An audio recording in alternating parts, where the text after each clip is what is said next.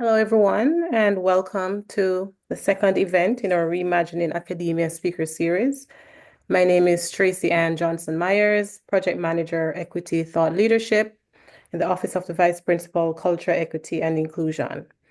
It is my pleasure to welcome you to today's session, and our topic for today is Centering Indigenous Knowledge and Truth, Moving Beyond Performative Gestures. But before we begin, I would like to take a moment to acknowledge the land on which Queen's University is situated. We are on the traditional territory of the Anishinaabe and Haudenosaunee peoples. This land has been a site of human activity for thousands of years and is steeped in Indigenous histories, knowledge, and traditions. As we engage in this discussion on centering Indigenous knowledge and truth, we recognized that land acknowledgements must move beyond symbolic gestures. We must commit to meaningful actions and that honor Indigenous rights, sovereignty, and ways of knowing. For those of us joining from various locations today, I invite you to reflect on the lands you are on and their original stewards.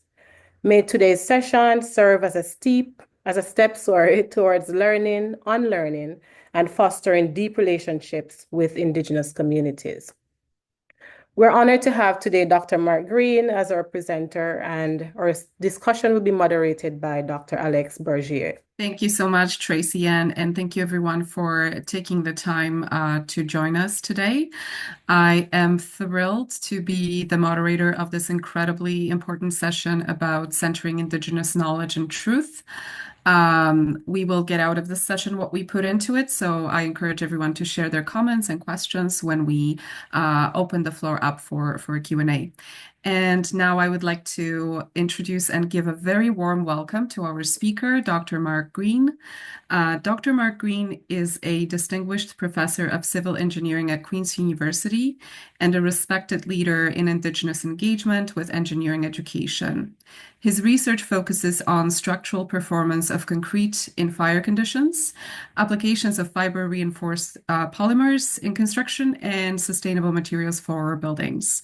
Beyond his technical expertise, Dr. Green is deeply committed to advancing Indigenous knowledge and partnerships in engineering. He led the 1.65 million NSERC CREATE program, Sustainable Engineering in Remote Areas, a multi-university initiative focused on best practices for sustainable engineering projects in collaboration with Indigenous communities. In 2023, Dr. Green was appointed as the NSERC Scholar in Residence for Indigenous Collaboration to advise on Indigenous research with NSERC's programs, policies, and processes. A member of the Turtle Clan in the Conteke Longhouse in Tyendinaga, Dr. Green carries the Kaningeha name, Raswahera. He builds a bridge. His dedication to Indigenous education and reconciliation is evident through his leadership as co-chair of Queen's Truth and Reconciliation Commission Task Force between 2016 and 2017.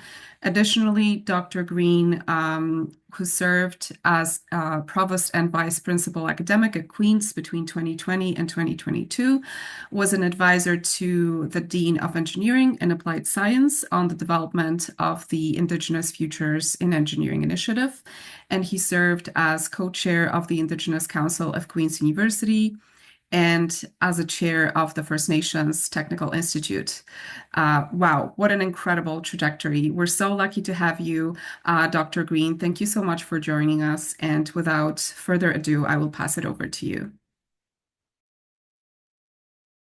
Oh, thank you very much, Alex, for that kind introduction, and also Tracy Ann for starting us off in a good way and for organizing the session today.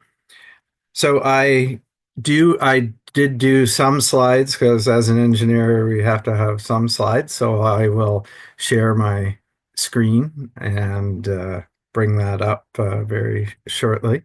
So as mentioned, that in this Reimagining Academia speaker series, which I think is a great topic for a speaker series about how we can do things better in academia, is a wonderful expression of the best that we can be in universities.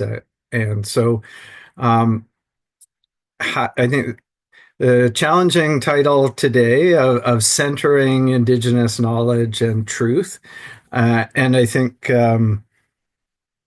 just in thinking a little bit about that, about what that really means about centering and how much what we can do and on what levels, really got me sort of thinking a little bit, and hopefully I have a few things that I have planned to discuss, and then also Alex developed some interesting questions to follow up as well, and I hope that those of you who are here will also participate in discussion so that we can find ways for people to take action in these regards so that we can do more of this in the university.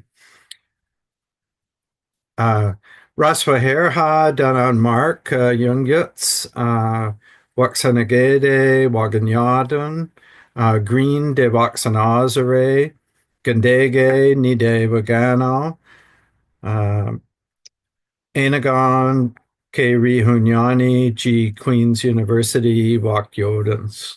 So it has already been said, but that is introduction that is in Ganyangeha and or Mohawk. And actually, that's something that I have been doing over the past couple of years. I went back and became a student again. So I am able to introduce myself a little bit more in the language and completed the certificate program that Queen's has with our community in Gandege. I also have been honored for the last couple of years to be working with NSERC and looking at Indigenous collaboration and more better practices for Indigenous research, working actually with all of the tri-agencies on some of those initiatives, particularly over the last year. I'm also a professor at Queen's University, and as particular relevance here, I was one of the co-chairs of Queen's Truth and Reconciliation Task Force that we started not long after the Truth and Reconciliation Commission final report came out, which is coming up to its 10th anniversary in December this year. So I think it is quite interesting to sort of see a little bit of reflection on what we did at Queen's in those connections and where we have to go and how we can follow up those things. Also, in my the Mohawk, I did say that I was a professor at Queen's, and I did also say that I sit with the Turtle Clan also. So I think those are all the things and that my community was Gandege or Tyendinaga or Mohawks of the Bay of Quinte, all alternative names for the same place. And Gandege, we do sit on the Bay of Quinte, and Quinte is sort of is an anglicized, I guess, version of that word. So that is the connection. So I did want to talk a little bit about identity at first, and Indigenous identity, and sort of maybe my experiences here in the university. And one thing that I found very interesting, this is a book that used to read to my children. They're all growing now, the youngest being 22 now. So but anyway, I digress. But anyway, so this story is a Cree story, and it talks about this young girl who really wants these wonderful black patent dress shoes for her birthday. So it's her birthday, and her mother gives her a gift, and she opens it up, and she's been wanting these shoes for a long time, and they're the ones she'd asked for. And so she's so excited, she runs to her grandmother's house. And so she says to her kukum and says, "Oh, look at these shoes; they're so wonderful." And then her grandmother says, "Well, actually, under my bed, there's that special box. You know where it is. Why don't you get it out?" And she brings those out. She says, "Now open it up. That's for you." And she opens it up, and there are these two beautiful, or a pair of beautiful moccasins that are delicately beaded. And so the ending of the book is about what the lines are here. You have been given two pairs of shoes. And from now on, you must remember when and how to wear each pair. And I think it's a really interesting parallel for what I think a lot of Indigenous identity and the way in which people are, or Indigenous people are, experience their lives. And 20 or more years ago, when I'm first, reading this book, my perspective was very much about, well, this is just showing about how is emphasizing, despite most of our lives being in a more Western world, and that's how we have to live and have to adapt. But to make certain that there's time and space in our lives uh, uh, for honoring our culture, for honoring what is part of the Indigenous traditions, whether they're Inuit or First Nations, one of the many First Nations, or Métis, for example. But that was and that, but that's also very much of sort of a split personality almost, which and it I've found um, that I think there's a lot of benefit, and I've become more comfortable myself, I think, in sort of I guess being more open in all spaces about sharing uh, more parts of identity and Indigenous identity. And actually, that's also a big part of some of the work that is done under the uh, under Stephanie Simpson's leadership in this portfolio, in terms of supporting more and more people to be able to be um, more visible in sort of all identities in that way. And so I think sort of now we're sort of say, well, you think about when and where you wear them, and I still probably I'll choose carefully in some ways what I do, but it's also, well, I'm going to choose perhaps to wear something that is showing more of Indigenous identity when it's in a more conventional space, or a non-Indigenous space, or a non-Indigenous event.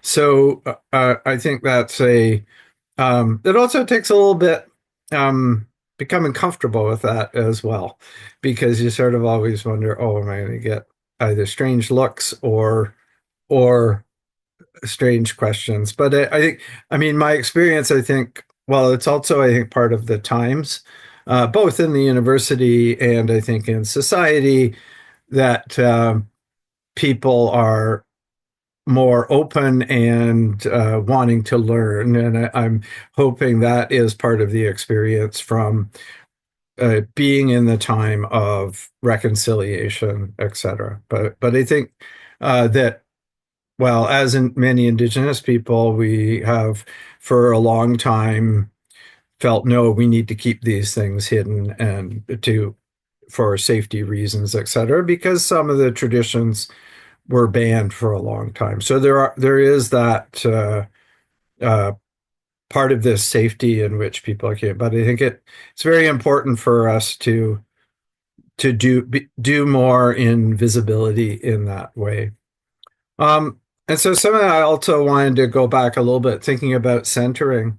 So this is a picture of my grandmother, my father's mother, Ethel Green, Gawianeta was her Mohawk name, and so this is a picture of her as a young girl. I guess it's about this picture would be about 100 years old, I guess now, because I think she was in her early 20s and born in 1905. But um, I mean, she went to residential school. She had to leave the residential school early because she broke some of the rules. Although she really loved education, I think she had wanted to become a nurse, but that didn't work out for her. But she ended up having a really strong family and also supporting for her sons and daughters the importance of education. And luckily, most of her children were able to go to university. That was not really what she thought would be the opportunities for them, but I think it was that sort of emphasis that she had, and raising six children on her own in the 30s and 40s was quite a difficult task, but she did persevere. And so I am very grateful for that connection and honoring that. So I wanted to mention that today a little bit as part of the story. And then also in my identity that on my mother's side, that mainly descended from other United Empire loyalists who came to the Bay of Quinte area after the American Revolution, generally from British or German descent. So those are kind of my connections, and so also quite a strong connection to the general area. So I wanted to talk a little bit about Indigenous reconciliation at Queen's, and I do think that's really important for what we are discussing today about centering Indigenous knowledge and truth, and so much about reconciliation, knowing that a lot of that is coming out of the Truth and Reconciliation Commission. So the importance of truth and acknowledging the truth of what happened in Indigenous history in Canada. And so this is a nice photo of the final report but I want to emphasize a little more about the task force recommendations. And in the recommendations, we group them into these areas, starting with representing and reflecting, welcoming, creating, learning, and including. So I'll start first with the representing. And it does say that there's a lot of relationship to governance and strategic planning, but actually the very first recommendation is emphasizing the importance of Indigenous communities and particularly local Indigenous communities, and for strengthening those connections, et cetera. And so I think that's very important to remember about what are the relationships, and making certain that those relationships are nurtured and preserved and strengthened. There's also part of the representing was creating the Office of Indigenous Initiatives, which is incredibly important force for many of the activities. But I think we also have to remember that although the Office of Indigenous Initiatives can facilitate a lot of these things, that it takes all of us to make these things happen every day. So I think it's important for each and every person to think about ways that they can work towards these different parts of the recommendations. Uh, the reflecting is about space and place, and certainly there are many spaces now on campus, the most recent being the Outdoor Gathering Center that reflects Indigenous knowledge and perspectives. But I've also, although we have some really good spaces, I know people who have come from some other institutions have said, well, there's maybe not, doesn't seem to be very much visibility of at Indigenous spaces at Queen's compared to perhaps some other institutions. And maybe that's particularly some of the places in western parts of Canada are a little more that way. So it's something to think about how that can be enhanced and to keep moving in that direction. I On the welcoming side, particularly for student support and access, I think that certainly there's always more that can be done, but I think we do have some really great initiatives and lots of support in that regard. One area is about increasing the number of faculty and staff who are Indigenous faculty and staff is probably an area where we still need concerted efforts in that. The research space is incredibly important, and I know once again we do have some really good support uh, for best practices for Indigenous research. I think the challenges are making certain that those are built, that the research with Indigenous nations and communities is always done in very much founded on relationships and long-term relationships. So those are some, and making certain that the research is co-created with community as well. So these are some of the areas where we still there's lots of good ways to do this, but there's lots more action that we can take. In learning and academic programming, I think we've certainly increased the amount of content that we have in the university. I think the biggest challenge here is we still have very few programs where we can say that all learners in those programs have received some reasonable amount of Indigenous awareness and knowledge as part of their curriculum.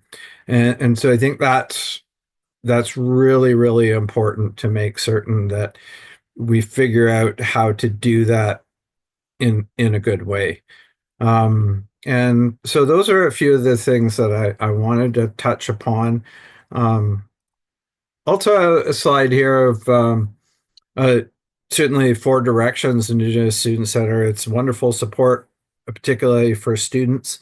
And for a long time, it was the main support here on campus before we had the Office of Indigenous Initiatives. But I also did want to mention that despite all these, we have had some pretty horrific circumstances.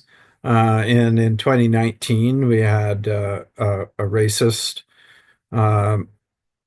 and violent note that was left in one of the residences, specifically targeting both the LGBTQ plus community and Indigenous students that were living there.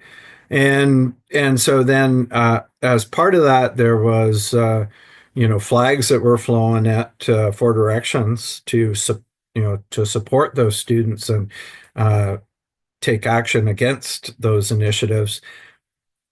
But unfortunately, they became vandalized as well about a year afterwards. So actually, one of the responses that came was actually first is in kinesiology building that they displayed these in support of of the flags being vandalized to prominently display them where they couldn't be vandalized or was harder to be vandalized.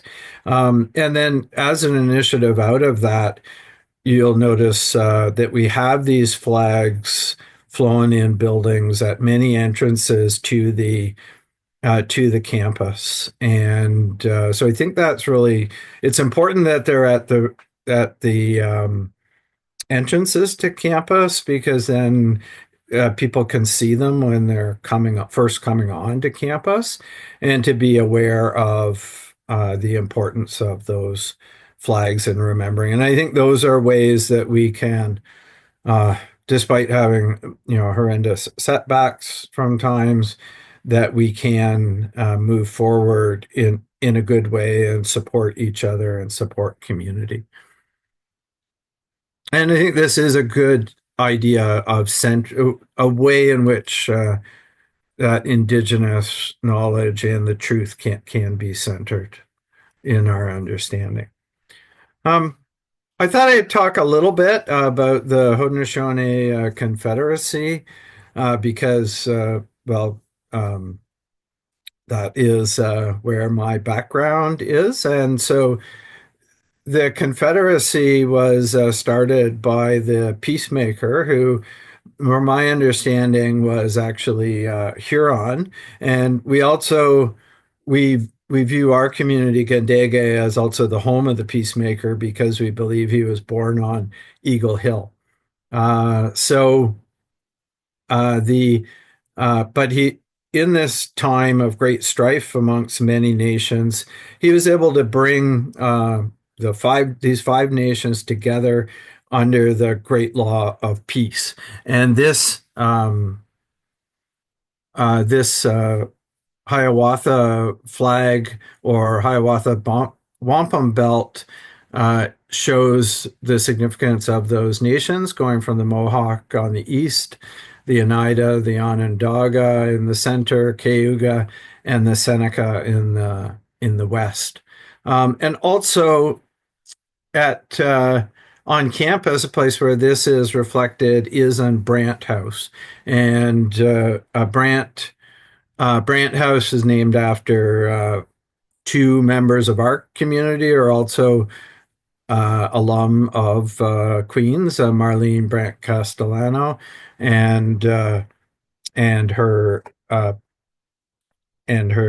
brother Claire Brant, and so that's in honor of them. And also one of the things, if you go on the main lobby, you can see this Hiawatha belt reflecting and symbolic of that Confederacy.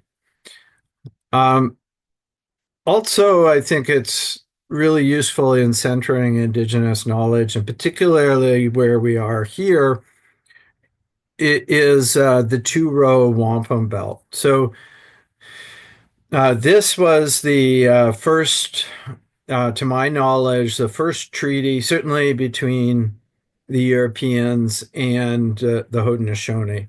And it may be the first treaty that I'm aware of that people still talk about today between First Nations and Europeans. It goes back to 1613, and at that time, it was the Dutch who were in New York State at that time. And basically, the idea here is that each of those purple rows in the wampum shows the movement of the Haudenosaunee peoples along one path in a canoe, or the movement of the Europeans along a separate but parallel path in a ship. And one of the things, the fact that the paths are connected, but they don't interfere with each other. So they don't overlap or interfere. So that's basically the concept about moving together but not interfering and keeping this relationship. So certainly that's been a foundation of a lot of treaties and understanding. And I think for this area, that's particularly important as a foundational.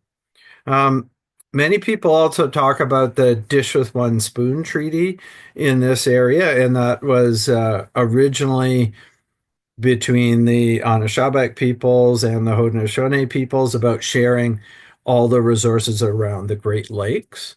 I think this is a great metaphor about uh, taking what you need in order to survive, but recognizing that there's just one dish and one spoon. And so we need to be mindful that we only take what we need so that there will be other resources for the others to take afterwards. The Another concept in this, and I think this also comes from, is polishing the chain. I think part of this comes from, I think, an alternate um, to the two-row wampum is we also had a covenant chain made of silver with the British that represented the same ideas. And of course, silver tarnishes over time. And so you need to polish that chain.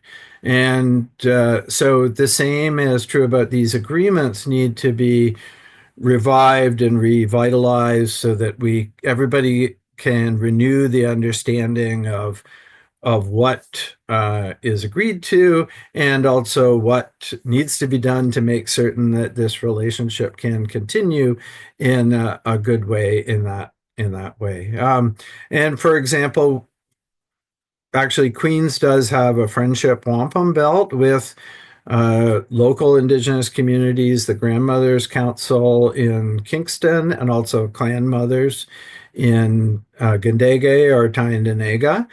And that ceremonies for polishing the chain have been held fairly regularly to honor that. So it's looking about, what do we need to do to make certain that we can continue to honor those relationships. And I think that's really important. It's interesting that some of this about two-row wampum, I have that about the Longhouse teachings as a reminder of that some of the interpretation of what that means for us as Haudenosaunee peoples is that because we're not supposed to interfere with European ways, that we should limit our participation in, say, governments of Canada, for example. So we should perhaps not vote in, say, federal or provincial or local elections because that's sort of separate from what our approaches are, and think about other ways that we can um, live that is in parallel but separate in still honoring those treaties. So I know there are some of that is very difficult in modern society, but I just want to mention that people still talk about keeping that separation and remembering the two-row wampum in that way. So another important aspect, and this relates more to research in a lot of cases, but I think it can come into other ways of knowledge systems. And this is a concept of two-eyed seeing. Now, this comes out of Mi'kmaq teachings, specifically developed by Elder Albert Marshall. And the idea is to bring together two-eyed seeing together so that you're looking at anything you're viewing with one eye focused on an Indigenous perspective and Western knowledge with the other. And by having both of those concepts, that you can bring a better and broader perspective to whatever you're studying. And I think those types of ideas can be really, really powerful. I do also put a slight caution as well, though, that we do also have to recognize the importance of local knowledge. And so it's useful for, if you're doing research with other communities that aren't Mi'kmaq about what are the appropriate ways to perhaps to make certain that Indigenous knowledge is reflected in whatever you're doing with those communities. Because I know other people have said, well, it should be more like weaving knowledge together or braiding knowledge together, or that there should be other ways of doing it. And I think that's very important to recognize the different cultures, the different languages, and that it's not just a pan Indigenous approach across the country or North America. So I did also talk a little bit about land acknowledgement. So I did these are a couple of sections from what is often said at events for land acknowledgements. And I think the challenge could be, I mean, certainly, my knowledge of land acknowledgements, my first times that I would hear it, it would be more at Indigenous gatherings, and really for if somebody was coming from another community, they would want to honor as that they're guests and thankful for being here and doing that honoring. And so I think this has become much broader in society now, and certainly Queens has some of these suggested wording for that. And I think these are great and wonderful starting points for land acknowledgements. But I guess I challenge everybody to think about ways that to use this as a starting point. And if you've not really done a land acknowledgement, then this is a really good way to start. But then to think about, how can you go a little deeper from that? How can you make it specifically relevant to what the activity you're doing? And Tracy Ann was doing that, adapting what is here to specifically say, well, that's relevant to exactly what we're talking about today. Or to look at other ways about how it's a call to action, or you're doing it as part of a learning activity. I think there are lots of wonderful ways that different people do it. But I thought also to sort of challenge people, etc. There are also some people who, because unfortunately sometimes in some places that more often maybe land acknowledgements can come across a little more performative. And so, well, okay, we have these words and we're going to say them and get them over with and move on to the next. And I think that's what these next videos, and hopefully this will work and people can hear it, will show. Okay. There it is. They asked me to do the land acknowledgement today. I hate land acknowledgements. I find them so goddamn patronizing. You want me to come up here with my feathers and my beads, bless your little event? So I said I'd be delighted. I'm afraid that people of money and privilege hear a land acknowledgement, nod solemnly in approval, and then wait patiently for their show to begin. Which, by the way, is what's about to happen to you.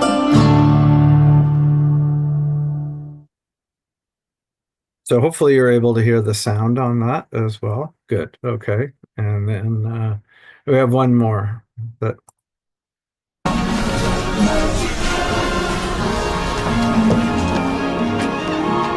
Hello. Oh. Hello. First, I'd like to remind everyone here to turn off your cell phones.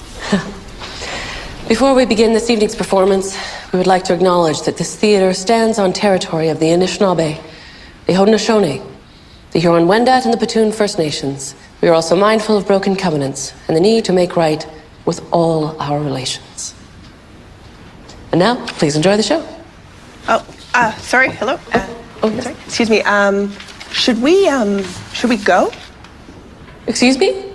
Oh no. I just mean if we're on someone else's land, shouldn't we leave? Oh, no. The theater is here now. We'd just like to acknowledge whose land it is. I'm sorry. I'm so confused. So if we're on someone else's land, shouldn't shouldn't we do something about that? Or Hopefully we'll enjoy the performance. oh, okay, so some of the money from the ticket sales of the show are going to the Indigenous communities? Well, no. Oh, a portion of them? No, the ticket sales go to the theater. So is the money from the bottled water sold here going to the First Nations for clean drinking water, or? Oh, no, that money goes to Nestle. Nestle. They're a sponsor. I'm so sorry. I'm so confused. So whose land are we on? What are we doing? It's a dialogue. How are we making right? Well, there's a plaque you can read in the lobby. I don't understand. I'm getting a message from the stage manager that we need to begin the show, so please take your seats. But, Have a good time. but, Good night. Anyway, hopefully, I thought those, both of those were showing, in a comical way. I guess a lot. Sometimes also, many Indigenous people kind of wonder sometimes, and I think that this should not discourage people from doing land acknowledgements, but also just to do them in a way in meaningful, make them meaningful. Think about why you're doing it and and perhaps add a small something to make it personal, something to make it perhaps a bit of a call to action in doing that. And the other things in concluding are about really the importance with connections and relationships with local Indigenous nations and communities.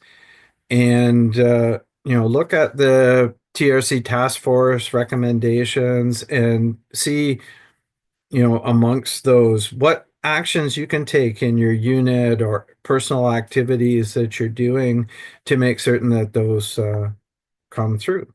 So, Nyawa, Miigwech, merci, thank you. And happy to, I think with Alex, we're going to have a little bit of dialogue and then some Q&A. So thank you very much. Thank you so much, Dr. Green, for this incredibly insightful presentation, and I'm especially grateful for being able to, hear some of your personal and family stories, and we're truly honored to learn about some of your relations, and just grateful for your reflections and recommendations. And you have given us so much to think about, especially in terms of our personal and professional responsibilities when it comes to, moving beyond performative gestures and enacting real change, and thinking about what we can do as individuals and groups to keep ourselves accountable for actioning the commitments that are embedded in Queen's most important strategies and documents, including, of course, the Extending the Rafters TRC Task Force report. So we are now ready to move on to some follow-up questions that we have prepared in advance. And I actually wanted to switch the order a little bit and start with the two pairs of shoes story, which I thought was wonderful. I was really inspired by it. And, that notion of walking the two worlds and how that can almost result in split personality when those Indigenous values and practices contradict with what we have here at our Western institutions. So Indigenous researchers often navigate multiple roles, such as an Indigenous community member, an academic, a teacher, a grant holder. Those roles can be difficult to reconcile because institutional requirements create tensions and challenges for Indigenous scholars who collaborate with their own communities. So I was wondering if you have any thoughts in terms of what the universities can do to remove challenges and barriers that can disrupt Indigenous kinship networks and negatively impact partnerships with communities. Yes, thank you very much, Alex, for that. And I'm glad you like the story. There's always something that connected well with me on many levels. And I keep, it's funny how just a simple book, it seems to have so many layers for me. But anyway, um, if we, with research, I think a couple of the layers there that are challenging, particularly when it's Indigenous researchers working either with their own community or with even sometimes with other First Nations or other Indigenous communities, is that most of our standard protocols and best practices are established more for assuming that the researcher is non-Indigenous and ways of making certain that the communities the communities and the nation's rights are being protected. And so what is implemented in order to try to do that can be a lot of bureaucratic measures to make certain that certain boundaries aren't crossed. But then when you're talking about, well, now you have someone coming from their community and they want to do research in their community, but the people they're doing the research with are also the people that they're doing their everyday lives with, they may be related to, and all these things, that maybe the elder they go to for advice in general. And so then they have to go, well, okay, we're going to have to, now you're gonna have to sign off this report from our ethics review. And it's just like, well, I think sometimes I've heard Indigenous researchers say, well, the elders just say, well, no, I'm not signing that with you. Okay, with your non-Indigenous people who are working with you, that's fine. That makes sense. But so it does disrupt. I do think we need some more Indigenous led and focused ways of having those interactions to protect those rights on both sides of the relationship. And so having also perhaps some separate ethics processes that are specifically Indigenous led, and I know that I know that there's either in development or about to or implemented that there's something like that at Queen's, and so I think that is best practice. It's not an easy thing as well, because also you don't want to have a situation where just because you're Indigenous, then you don't have to follow general protocols, because it doesn't necessarily translate if it's not your community. Even when it's your community, there are still basic things that should be followed. So that's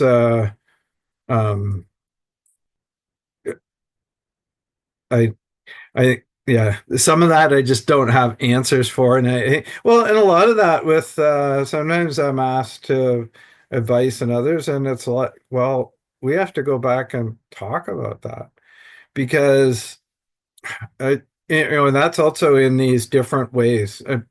Are you are you asking me as a Western educated person to give my advice and then I can just give, or do you want um what is it, not say that I would give an Indigenous perspective, but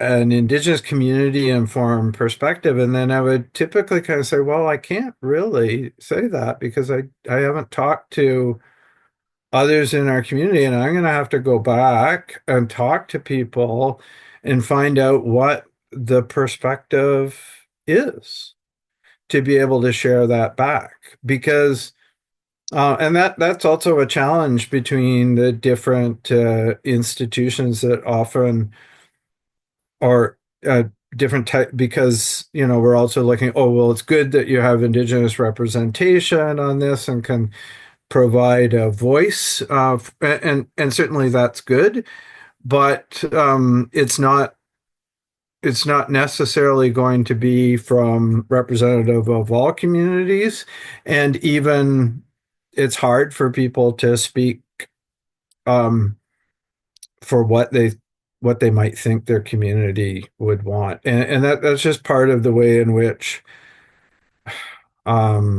knowledge should be, or decisions should be more communal and out of consensus. So it's hard to it. If I'm trying to give an Indigenous perspective, I like much more reluctant to say, well, I think lots of people, would agree.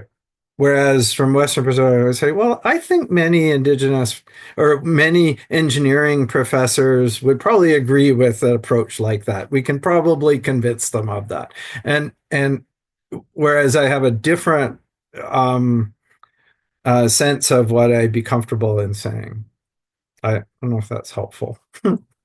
That's incredibly helpful and insightful, and I think there are no straightforward and easy answers, and there are just so many voices and considerations that have to be taken into account, both from the institutional perspective and, I guess managing risks and other pieces that come into play institutionally, but also how are we building good relationships with the community where there's trust and people are willing to engage with Queen's researchers rather than saying like, oh, you're from Queen's. Well, I'm not really sure if I want to participate in the project. And that takes a long time, which is something that you've spoken to as well when you mentioned that this is not really about just a relationship. It's about a long-term relationship rather than helicoptering in and out. I wanted to ask you about power. This is always my favorite question.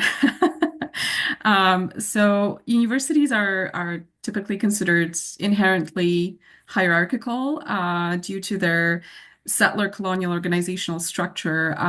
How can we decolonize power sharing and decision making in our institution to create more space for Indigenous ways of being and knowing? Are there any wise practices you could share or any models that you've seen that particularly inspired you?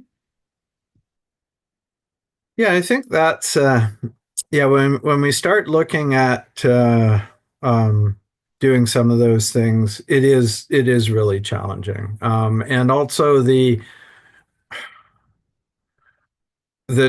time frames that we have, et cetera, for the way in which the university is organized, et cetera, also, maybe limiting to some traditional Indigenous decision-making approaches. But actually, I think some practices that might be helpful is to think about different perspectives that say, if we're trying to make decisions in our longhouse communities and what I've been involved in, I think there are a couple of things that are there that I think could be implemented in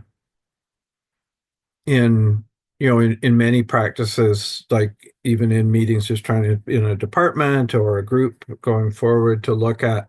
One of them is that I guess is a little bit about how we're handling, I guess, differences of opinion, in that so for example, in the longhouse, we have our three clans, the wolf, turtle, and bear in the Mohawk longhouse. And so each clan is to present their viewpoint. And actually, one of the responsibilities is to be raising perspectives that are different or that may challenge the what has been suggested. What I find is different is the perspective. The reason for raising those challenges is not to be in opposition to the other, but to say, how can we get to this place and have a better solution that will benefit all. And it's only by exposing, the challenge is that we can get to this preferred perspective.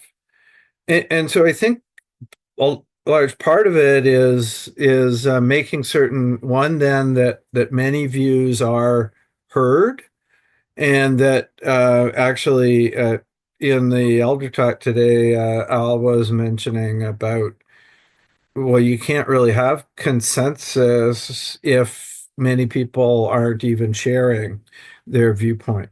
So so maybe some things that could be done would be to, if you're organizing a meeting, to be looking at, okay, we're always emphasizing that we're trying to come to the best decision, and we want to hear about what's not so good so that we can modify things. Not that one side is winning over another side, which sometimes I seem to find in many of colonial structures are kind of the way, and then you have this tension much more about one side winning over the other. And then the other thing is about making certain that everybody has the turn. So in the same way that we'll have each clan speaks then, and then it's not until everybody has spoken that you move. And so you can't, same thing, to make certain that there's opportunity for many voices to be heard. And I mean, the big challenge is, yeah, we are living in a very different construct, and it's also hard for us, even in our own, even many Indigenous people, myself included, I mean, raised with so many structures that are different. It's even hard. Sometimes it's challenging to even see the things, because and sort of recognize. But I think it's a really great. It's really great to be able to challenge ourselves and to think about, oh, well, what might we do in these places, and even small adjustments can be made to think about broader perspectives. I think that can be helpful. I think that's probably where it's probably better to start.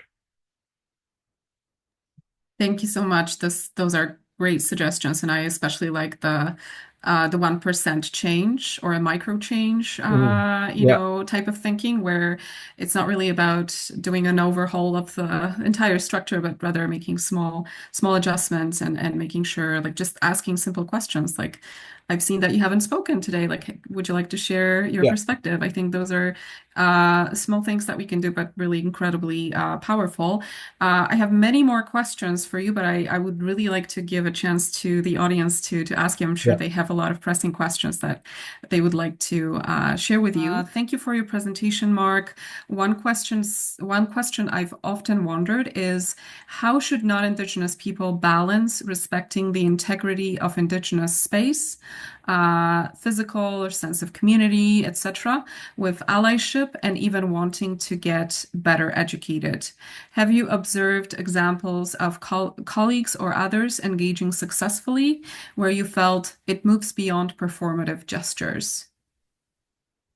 Well, I think the number one thing I would say is humility is probably the number one. So it is the number one thing, to just be very, very humble. If it's, it depends on the context. One example I could give, if it's say a researcher going into an Indigenous community, is I would say probably the first thing would be to throw away the expert hat, so to speak. That because in those lenses, you're so often used to being the expert in the room, or what, as a prof, we have these idiosyncrasies as professors. So, but to remember, no, you're going now, and you're like, the fact that you have a PhD is no more valuable in the space than anybody else's knowledge, etc. So that to have that humility and to make sense. I think in a more general context, I think it's about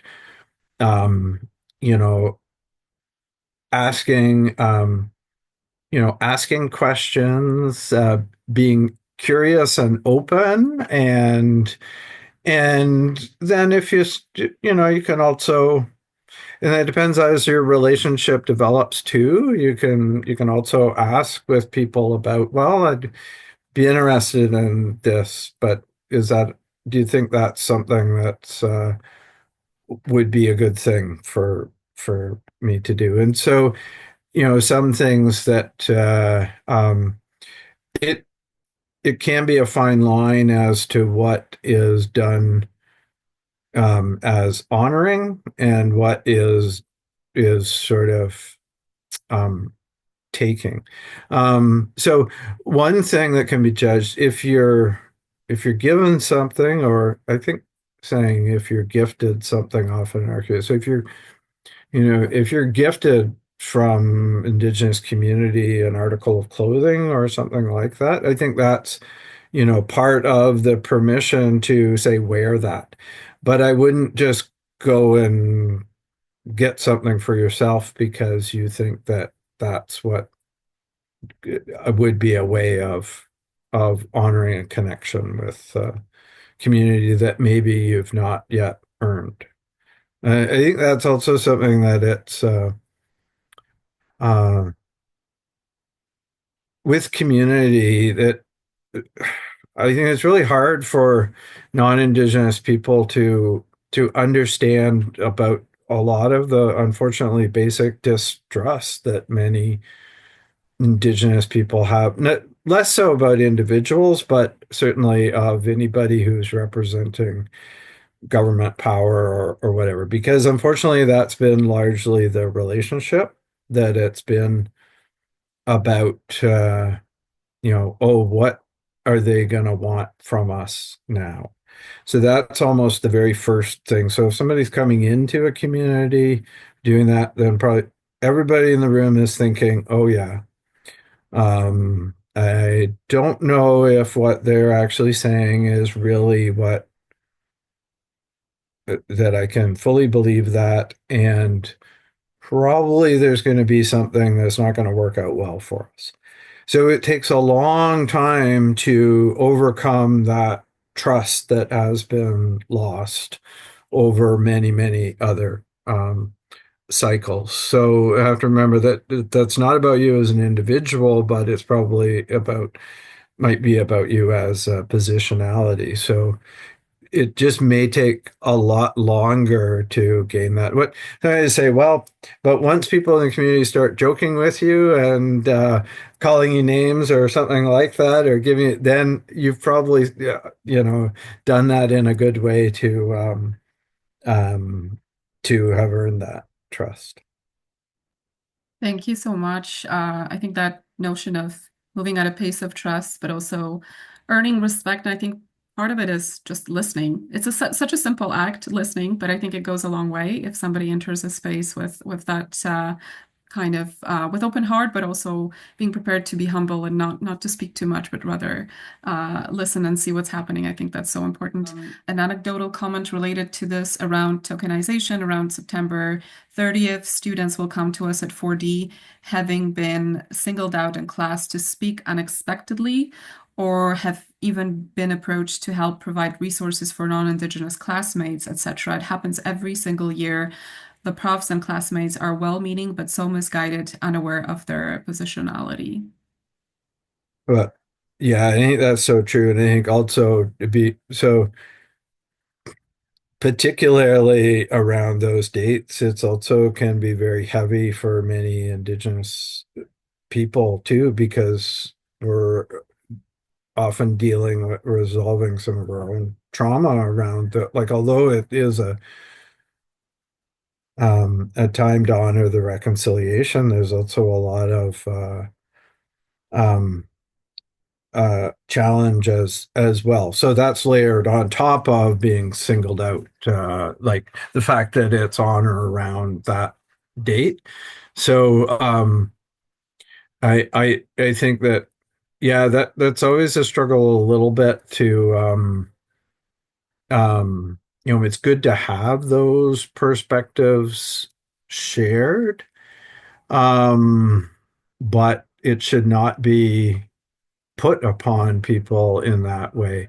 And actually, I'm probably people from the Center of Teaching and Learning have some really good advice for how to do that in a good way. And I'm sure there could be, if you actually know the people, if you have a dialogue, if it's a student or somebody, there could be a discussion beforehand. Would you like to share something, around this day or in this time, or is there something, because out of your relationship, that the person has that experience and that life, and then that gives the person's not put on the direct spot. But I don't really know. I've probably never really gotten myself to a place of comfort to be able to ask somebody to do that. But there may be good ways of doing that where then people don't feel as much as singled out, and certainly not put on the spot. Yeah. Many thanks, Mark, for an excellent presentation and a very stimulating conversation. We're just so grateful that you were able to carve out some time with us. I know that you're very busy. Thank you to all who participated today, and thank you, Tracy Ann and the Office of VPCEI for bringing us together.